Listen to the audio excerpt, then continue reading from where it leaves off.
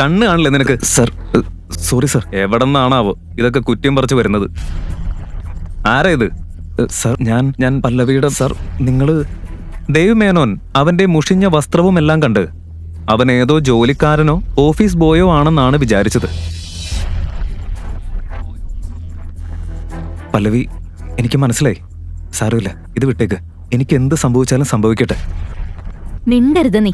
എന്റെ ലൈഫിൽ നിന്നൊന്ന് പോയി തരുവോ? എന്റെ ലൈഫ് തന്നെ നീ നരകമാക്കി. നീ എന്റെ ഭർത്താവല്ല, എന്റെ പാപങ്ങൾക്കുള്ള ശിക്ഷയാ നീ. അച്ഛൻ എന്നെ നിർബന്ധിച്ച് നിന്നെ വിവാഹം കഴിപ്പിച്ചതാ. എനിക്ക് നാണക്കേടല്ലാതെ വേറെ ഒന്നും നിനക്ക് തരാൻ കഴിയില്ല. എന്താ ഈ കിടക്കുന്നല്ല? ക്ലീൻ ചെയ്തല്ല. ശരി പല്ലവി, ഇതൊന്നും നിന്റെ തെറ്റല്ല. എന്റെ സമയത്തിന്റെ പ്രശ്നം. ഒരു നാൾ നീ എന്നെ മനസ്സിലാക്കുമെന്ന് എനിക്ക് ഉറപ്പുണ്ട്. I love you. അഭിമന്യു ഒരു കോടീശ്വര ബിസിനസ് ഫാമിലിയുടെ മരുമകനാണെങ്കിലും അവന്റെ സ്ഥിതി വളരെ ദാരുണമായിരുന്നു. എല്ലാവരും അവന്റെ അവസ്ഥയെ കളിയാക്കുമായിരുന്നു. ഹായ്, നിന്റെ അവസ്ഥ തന്നെ മോശമാണല്ലോ. നീ എനിക്ക് എന്ത് തരാനാ? തായോ. ഈ ലോകത്തിലെ എല്ലാ സന്തോഷവും ഞാൻ നിനക്ക് തരും. നീ എന്റേതാണ്. അത് നീ ഒരിക്കൽ മനസ്സിലാക്കും.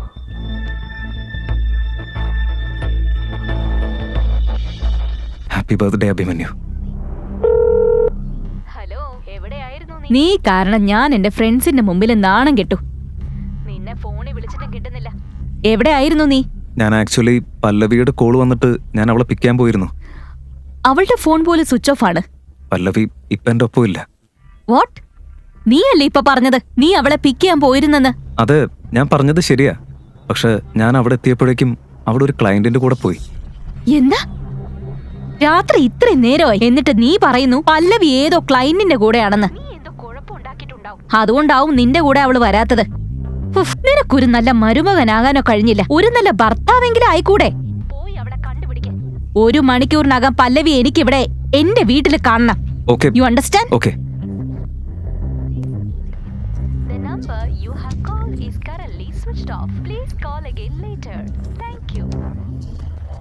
അഭിമന്യുവിനെ കുറിച്ച് ദേവ്മേനോന് ഒന്നും അറിയില്ലായിരുന്നു. പക്ഷേ ദേവ്മേനോനെ കുറിച്ച് പല്ലവി ഇടയ്ക്കിടെ സംസാരിക്കുന്നത് അവൻ കേട്ടിട്ടുണ്ട്. ദേവ്മേനോൻ അവരുടെ ഒരുപാട് കാലമായിട്ടുള്ള അവരുടെ ക്ലയന്റ് ആണെന്നും അയാൾക്ക് ഒരു നൈറ്റ് ക്ലബ് ഉണ്ടെന്നും ഒക്കെ. എന്താ നീ ചെയ്യുന്നത്?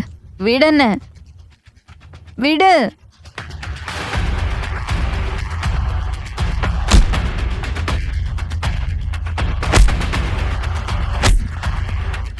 മിസ്റ്റർ ദേവ്മേനോൻ, ഞാൻ പല്ലവിയുടെ ഭർത്താവാ. എനിക്കിപ്പം നിന്നെ കുത്തി കൊല്ലണമെന്നുണ്ട്. പക്ഷേ പല്ലവിക്ക് വേണ്ടി ഞാൻ അതിപ്പോ ചെയ്യുന്നില്ല. അവള് നിങ്ങളെ ഒരുപാട് വിശ്വസിച്ചിരുന്നു. ഇനി നിന്നെ എന്ത് ചെയ്യണമെന്നുള്ള തീരുമാനം ഞാൻ പല്ലവിക്ക് വിട്ടുകൊടുക്കാം.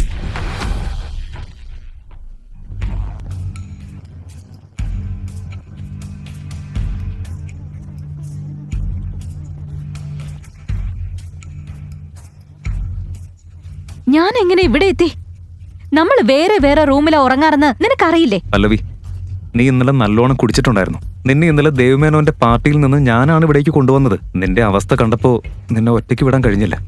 അതുകൊണ്ടാണ് ഞാനിവിടെ. സോറി. ഞാൻ ഏത് അവസ്ഥയിലായിരുന്നെന്നൊക്കെ എനിക്ക് നന്നായിട്ട് അറിയാം. എനിക്കെല്ലാം ഓർമ്മയുണ്ട്. ഇനി ഈ സിറ്റുവേഷൻ മുതലെടുത്ത് എന്റെ അടുത്ത് വരാന്ന് വല്ല തോന്നലും നിനക്കുണ്ടെങ്കിൽ അത് മനസ്സിൽ നിന്നങ്ങ് മാറ്റി നീ എന്നെ തെറ്റിദ്ധരിക്കുക. ഇതിന്റെ ഇടയിൽ ഞാൻ എന്റെ ഇമ്പോർട്ടന്റ് വർക്ക് പോലും മറന്നുപോയി. ഇനി ഈ ദേവ്മേനോന്റെ കാര്യത്തിലും എനിക്കൊരു തീരുമാനം ഉണ്ടാക്കണം. അയാള് ഇത്ര വൃത്തികെട്ട ഒരു മനുഷ്യനാണെന്ന് ഞാൻ അറിഞ്ഞില്ല. എന്തുപറ്റി? ഇതെങ്ങനെ? ഈ ഓഫീസർ എന്റെ ബിഗ്ഗസ്റ്റ് ഡ്രീം പ്രോജക്റ്റിന്റെ അപ്രൂവൽ റിജക്ട് ചെയ്തു.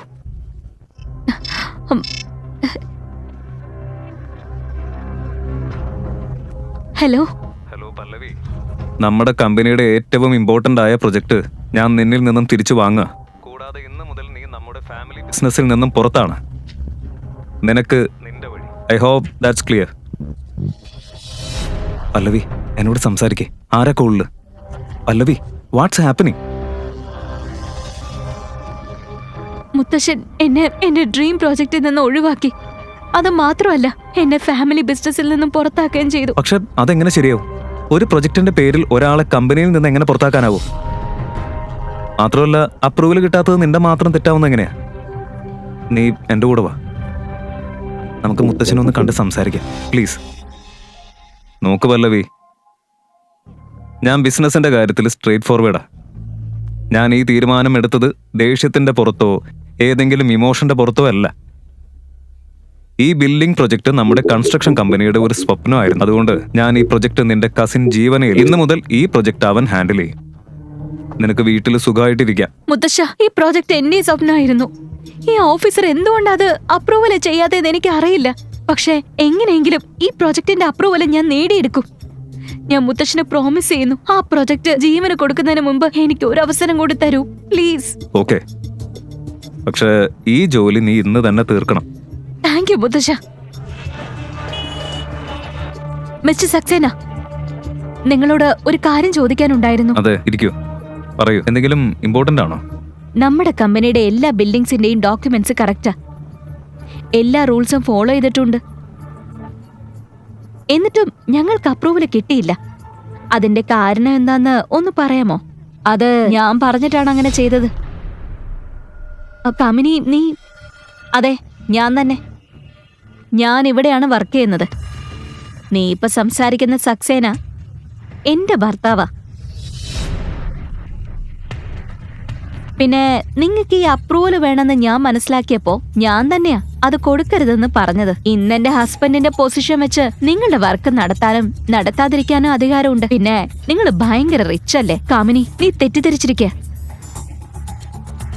ഞാൻ സംസാരിക്കാൻ തുടങ്ങിയിട്ടില്ല പല്ലവി. ശരി, ഇനി ഞാൻ പറയാം. നിനക്ക് അപ്രൂവൽ അല്ലേ വേണ്ടത്? അപ്പൊ അല്ല, നിന്റെ ഭർത്താവ് ഇവിടെ മുഴുവൻ സ്റ്റാഫിന്റെ മുന്നിൽ നിന്നും ഈ അപ്രൂവലിനായി കൈകൂപ്പി അപേക്ഷിക്കട്ടെ. കാമിനി, സ്റ്റോപ്പ് ഇറ്റ്. കിടന്ന് കൂവണ്ട. പുറത്തേക്കുള്ള വഴി അവിടെയാ. You may leave now. നിന്റെ ഭർത്താവിനെ കൂട്ടി ചെല്ല്. ലീവ്.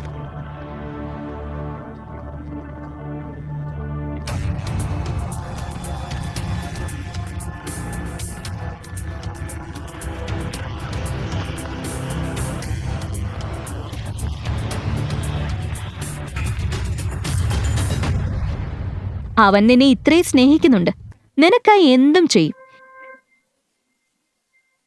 ഇങ്ങനെ ഒരെണ്ണത്തിന് എവിടുന്ന് കിട്ടി നിനക്ക്? അതൊക്കെ പോട്ടെ, കൺഗ്രാജുലേഷൻസ്. ഇതാ നിന്റെ അപ്രൂവല്. ഇതെങ്ങനെ സാധിക്കും? ഞാൻ നിങ്ങളുടെ ഭർത്താവിന് പണം കൊടുത്തതാ. അത് നിനക്ക് തിരികെ കിട്ടും. എനിക്ക് എന്റെ പ്രതികാരമാണ് വലുത്.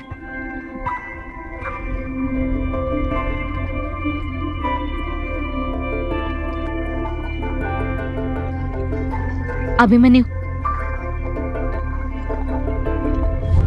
നിന്നോടാരാ ഇതൊക്കെ ചെയ്യാൻ പറഞ്ഞത്? നിന്നെ അപമാനിച്ച് ഈ പ്രോജക്റ്റ് നേടാൻ എനിക്ക് ആഗ്രഹമുണ്ടെന്നാണോ നീ വിചാരിച്ചത്? ഞാൻ ഇത്ര ഭീരുവാണോ? ഇനി വാ, ഇവിടുന്ന് പുറത്തു പോ.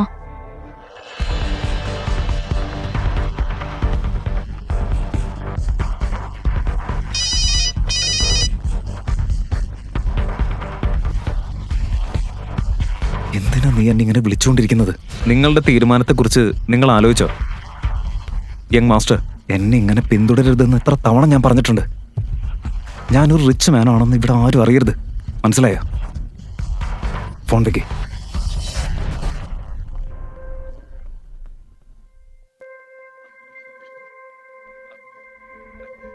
ആ, ഞാൻ വീട് വൃത്തിയാക്കായിരുന്നു. ഓരോ തവണയും സോറി പറയേണ്ട ആവശ്യമില്ല.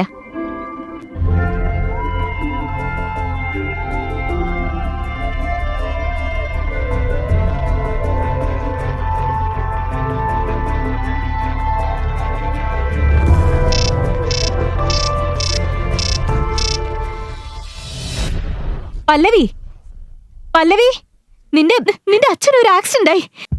വേഗം ഹോസ്പിറ്റലിലേക്ക് വാ.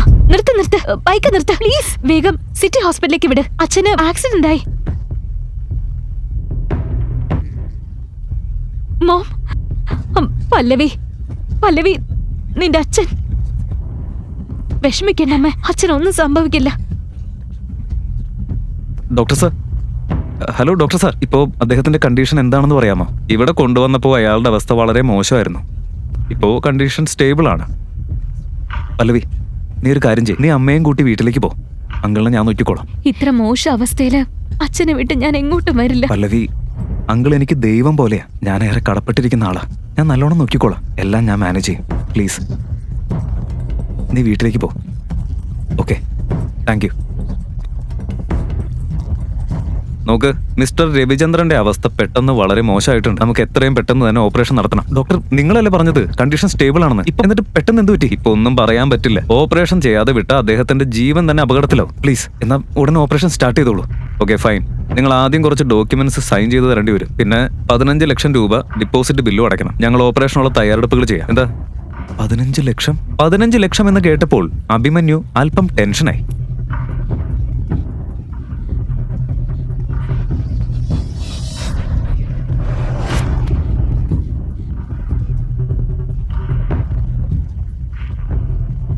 നീ ഇവിടെ എന്ത് ചെയ്യാ? ഈ ഓപ്പറേഷന്റെ കാശ് നിസ്സാരമായി പല്ലവിക്ക് അറേഞ്ച് ചെയ്യാൻ പറ്റും. പക്ഷെ ഇതൊക്കെ സ്വാഭാവികമായി സംഭവിച്ചതാണെന്ന് കരുതുന്നുണ്ടോ? യങ് മാസ്റ്റർ, ഈ ആക്സിഡന്റ് നടന്നത് താങ്കളുടെ മുത്തച്ഛന്റെ ഓർഡർ പ്രകാരമാണ്. എന്ത് ധൈര്യത്തിലാണ് നീ ഇത് ചെയ്തത്? സോമനാഥ പിള്ളയുടെ ധൈര്യവും പവറും എന്താണെന്ന് കരുതിയത്? അദ്ദേഹം ഒരു ചെറുവിരൽ അനക്കിയ ഇന്ത്യയുടെ ഷെയർ മാർക്കറ്റ് മുഴുവൻ താഴേക്ക് പോകും. അപ്പോ ഈ ആക്സിഡന്റ് ഒക്കെ വെറും നിസ്സാരം. നീ ചെയ്തത് തെറ്റാ. ഇതിന്റെ ഫലം നീ അനുഭവിച്ചേ മതിയാകൂ. ഇതിന്റെ ഫലം വെറും 15 ലക്ഷം രൂപയല്ലേ? അതടയ്ക്കാൻ ഞാൻ തയ്യാറാ. പക്ഷെ താങ്കൾ പിള്ളേ ഗ്രൂപ്പിലേക്ക് മടങ്ങി വരണം. ആ 15 ലക്ഷം നിങ്ങൾ തന്നെയാ കൊടുക്കേണ്ടത്. അതിനുശേഷം എന്ത് ചെയ്യണമെന്ന് ഞാൻ തീരുമാനിക്കും. ഇനി ഞാൻ നിങ്ങളെ ഒരിക്കലും വിശ്വസിക്കില്ല. ഞാൻ കാശ് തന്നില്ലെങ്കിലും നീ നിന്റെ ഉത്തരവാദിത്വത്തിൽ നിന്ന് രക്ഷപ്പെടില്ല യങ് മാസ്റ്റർ. നിന്റെ ഭാര്യയല്ലേ പല്ലവി? ഒന്ന് ആലോചിച്ച് നോക്ക്. അവളുടെ പപ്പയുടെ ആക്സിഡന്റിന്റെ കാരണം നമ്മുടെ എഗ്രിമെന്റ് നീ അംഗീകരിക്കാത്തതാണെന്ന് അവൾ മനസ്സിലാക്കിയ പിന്നെ എന്തായിരിക്കും സംഭവിക്കുക? നിന്റെ സ്വന്തം പിള്ളേ ഫാമിലിയാണ് ഈ അപകടത്തിന് പിന്നിലെന്ന് അവൾ അറിഞ്ഞ നിങ്ങളുടെ പച്ച പിടിച്ചു വരുന്ന ബന്ധം അവസാനിക്കാൻ അത് മാത്രം മതി. പിന്നെ അവൾ നിങ്ങളോട് ക്ഷമിക്കോ? ആ പിന്നെ നിനക്ക് നിന്റെ മുത്തശ്ശനെ നന്നായിട്ട് അറിയാലോ. അദ്ദേഹം ഇത് ഇവിടം കൊണ്ടൊന്നും അവസാനിപ്പിക്കില്ല. പിന്നെ പല്ലവിയുടെ കാര്യം എന്താവുമെന്ന് ശ്രദ്ധിച്ചു കേൾക്ക്. പല്ലവിയുടെ കുടുംബത്തിന് ദോഷമാകുന്ന ഒന്നും നിങ്ങൾ ചെയ്യരുത്.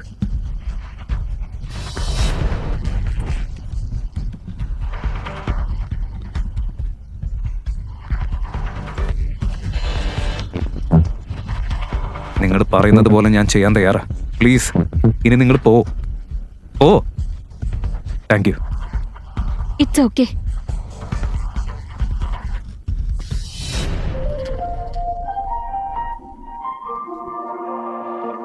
യെസ് ഡോക്ടർ, ഇപ്പോ ഡേഞ്ചറിൽ നിന്ന് ആള് പുറത്തു വന്നു. Thank you, thank God, thank you so much. Thank you. ഒരു സെക്കൻഡ്, ഞാൻ ഈ കോൾ എടുക്കട്ടെ. ഹലോ, യെസ് ദിവ്യ, പറയൂ. യെസ് ജീജു, ജീജു പ്ലീസ് സേവ് മീ. വിടനെ, വിട് ജീജു, പ്ലീസ് എന്നെ രക്ഷിക്ക. ഇല്ലെങ്കിൽ എന്തെങ്കിലും സംഭവിക്കും. വിട്, വിട് പ്ലീസ് ജീജു. പല്ലവി, എനിക്കൊരു അർജന്റ് വർക്ക് വന്നിട്ടുണ്ട്. അത് തീർത്തിട്ട് ഞാൻ തിരിച്ചു വരാം. Please give me some time. Thank U.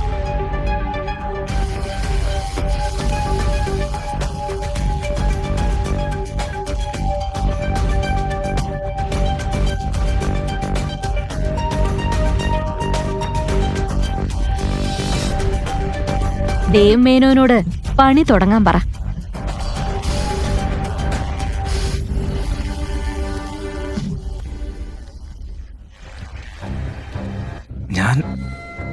ഞാനിവിടെ എന്താ ചെയ്യുന്നത്?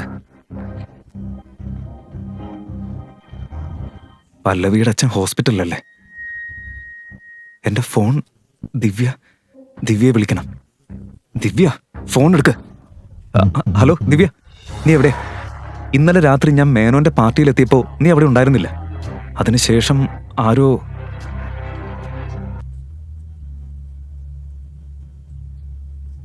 അയ്യോ ദൈവമേ, നീ ചീപ്പ് ഡ്രഗ്സ് ഉപയോഗിക്കല് സ്ഥിരമാക്കിയോ? ഞാൻ നിന്നെ എവിടെയും വിളിച്ചിട്ടില്ല. അതുപോലെ തന്നെ ഞാനിപ്പോ നാട്ടിലില്ല, ഔട്ട് ഓഫ് ടൗണാ. നീ എന്താ പറയുന്നത്? So irritating. നോക്ക്, ഞാൻ ബിസിയാ. നിന്റെ നോൺസെൻസ് കേൾക്കാൻ എനിക്ക് സമയമില്ല. Do you get it? ഇനി ഇതാരാ? വിക്രം? അതെ, വിക്രമാണ്. ഇനി നിങ്ങൾക്ക് നിങ്ങളുടെ ജോലി തുടങ്ങാം. ഇപ്പോഴത്തേക്ക് റോസ്വുഡ് സ്പ്രിങ്സിൽ നിങ്ങൾക്കായി ഒരു വീട് ബുക്ക് ചെയ്തിട്ടുണ്ട്. പോയി ചെക്ക് ചെയ്യാം. പക്ഷേ അവിടുത്തെ ഓണറായ ദേവരാജനെ ഒന്ന് ശ്രദ്ധിക്കണം. വളരെ ചതിയനും തന്റെ കാര്യങ്ങൾ എങ്ങനെ വേണമെങ്കിലും നേടുന്ന ഒരാളുമാണ്. Thank you Vikram.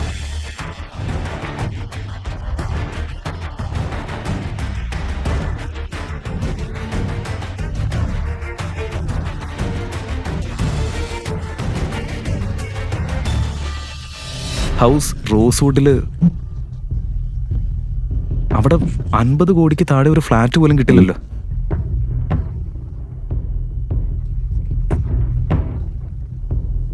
ഏയ്, നീ ആരാ? എന്താ എവിടേക്കായി കയറി പോകുന്നേ? സർ, ഞാൻ ഈ ബിൽഡിംഗിൽ ഒരു ഹൗസ് വാങ്ങാൻ വേണ്ടി വന്നതാ. അതുകൊണ്ട് വീട് വാങ്ങാനോ? നീയോ? അതിന് നിങ്ങൾ എന്തിനാ അങ്ങനെ ചിരിക്കുന്നത്? നീ ഇവിടെ വീട് വാങ്ങോ? സ്വപ്നത്തിൽ വാങ്ങിക്കോ. എന്തായാലും 4 പേർക്കുള്ള ഒരു റൂം ഒഴിവുണ്ട്. അത് മതിയാവും നിനക്ക്. സർ പ്ലീസ്, ഒരാളുടെ വസ്ത്രം നോക്കി അവനെ വിലയിരുത്തരുത്. ഇങ്ങനെ പറഞ്ഞാലൊന്നും നീ കേൾക്കത്തില്ല. ഞാൻ നിന്നെ പുറത്താക്കാം. മാറി നിൽക്കാം അങ്ങോട്ട്. പ്ലീസ്, എന്നെ തുടരുത്. മാറി നിൽക്ക. ഇങ്ങനെ ചെയ്യരുത്. ഇത് ശരിയല്ല. എന്തിനാ എന്നെ തൊടുന്നത്? നിങ്ങളുടെ ട്രെയിനിങ് ശരിയായി നടന്നില്ലെന്ന് തോന്നുന്നു. അല്ലെങ്കിൽ ആളുകളോട് എങ്ങനെ സംസാരിക്കണമെന്ന് മറന്നുപോയോ? നിങ്ങളുടെ മുന്നിൽ ആരാ നിൽക്കുന്നതെന്ന് അറിയോ? എന്നെ കുറിച്ച് പറയേണ്ട ആവശ്യമില്ല. പക്ഷെ ഇത് തീർച്ചയായും ശരിയല്ല. കേൾക്ക്, അവരുടെ മുന്നിൽ എങ്ങനെ പെരുമാറണമെന്ന് അറിയണം. ശരിയാണ് sir. Sorry sir. Idiot. This way sir, please. ഞാൻ സോറി പറയുന്നു. ഇനി ഇത് ആവർത്തിക്കരുത്. വെൽ, മിസ്റ്റർ ദേവരാജൻ, ഈ വണ്ടർഫുൾ മീലിന് thank you so much. Pleasure is mine sir. എനിക്ക് വളരെ ഇഷ്ടപ്പെട്ടു. ഓക്കെ, ഇനി വർക്കിലേക്ക് വരാം. തീർച്ചയായും റോസ്വുഡ് സ്പ്രിങ്സ് വളരെ പോപ്പുലർ ആണ്. നിങ്ങൾ നാഷൻ വൈഡ് എക്സ്പാൻഡ് ചെയ്താൽ വലിയ പൊട്ടൻഷ്യൽ ഉണ്ടെന്ന് ഞാൻ വിശ്വസിക്കുന്നുണ്ട്. അതിൽ ഇൻവെസ്റ്റ് ചെയ്യാൻ എനിക്ക് ആഗ്രഹമുണ്ട്. അത് എന്റെ ഭാഗ്യമായിരിക്കും sir. Best wishes. Thank you so much. See you. Lunch ഇഷ്ടമായോ സർ? അതൊരു ഫാന്റാസ്റ്റിക് ഓസം ഫീസ്റ്റ് ആയിരുന്നു സർ. ഇതൊരു ചെറിയ ഗിഫ്റ്റാ. അതിൻ്റെ ഒന്നും ആവശ്യമില്ല. സത്യം പറഞ്ഞാൽ ഇത്രയെങ്കിലും ഞാൻ ചെയ്യണം. നിങ്ങൾ ഇങ്ങനെ പോകുന്നത് എനിക്കിഷ്ടമല്ല. Thank you. ഓക്കെ.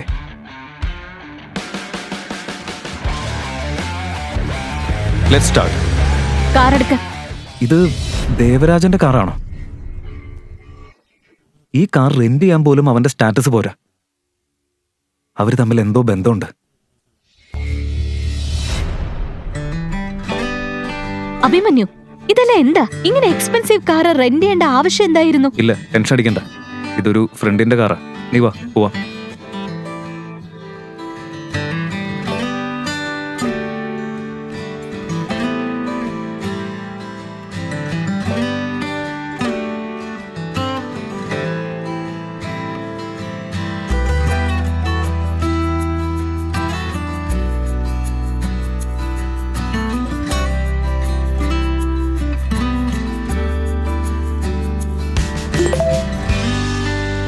നിന്റെ ഈ എല്ലാ ഫോട്ടോസും ഇപ്പൊ പല്ലവിയുടെ അടുത്തെത്തും. ഞങ്ങൾ എല്ലാവരും ഇവിടെ നിങ്ങളെ വീട്ടിൽ കാത്തിരിക്കുക. പിന്നെ ഡിവോഴ്സ് പേപ്പേഴ്സും റെഡിയാ. വേഗം വീട്ടിലേക്ക് വാ. Come fast.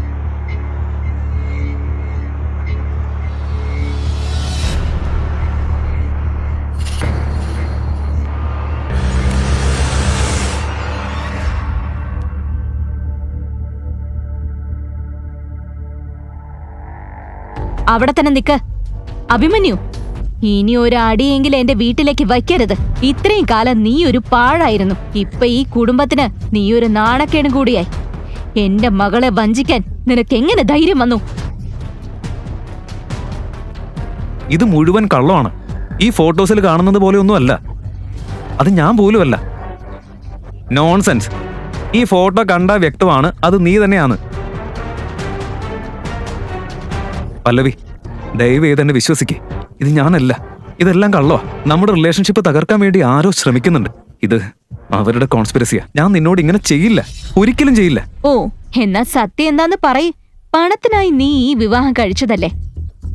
അതെ, പക്ഷേ ആ ആഗ്രഹം ഇന്നും നിന്റെ ഉള്ളിലുണ്ടല്ലോ. പിന്നെ ഏത് റിലേഷൻഷിപ്പാണ് നീ പറയുന്നത്? ഇതുവരെ ഒന്നും നടക്കാത്ത ഈ റിലേഷൻഷിപ്പ് തന്നെയാണോ ഡിവോഴ്സ് പേപ്പേഴ്സ്? ദാ അവിടെ കിടക്കുന്നു. മിണ്ടാതെ അത് സൈൻ ചെയ്യ്. ഇനി ഈ വൃത്തികെട്ടവനോടൊപ്പം ഒരു നിമിഷം പോലും ഞാൻ നിന്നെ താമസിപ്പിക്കില്ല. പല്ലവി പ്ലീസ്, ഇത് ചെയ്യരുത്. അവൾ എന്നെ ട്രാപ്പ് ചെയ്യാ. Please please.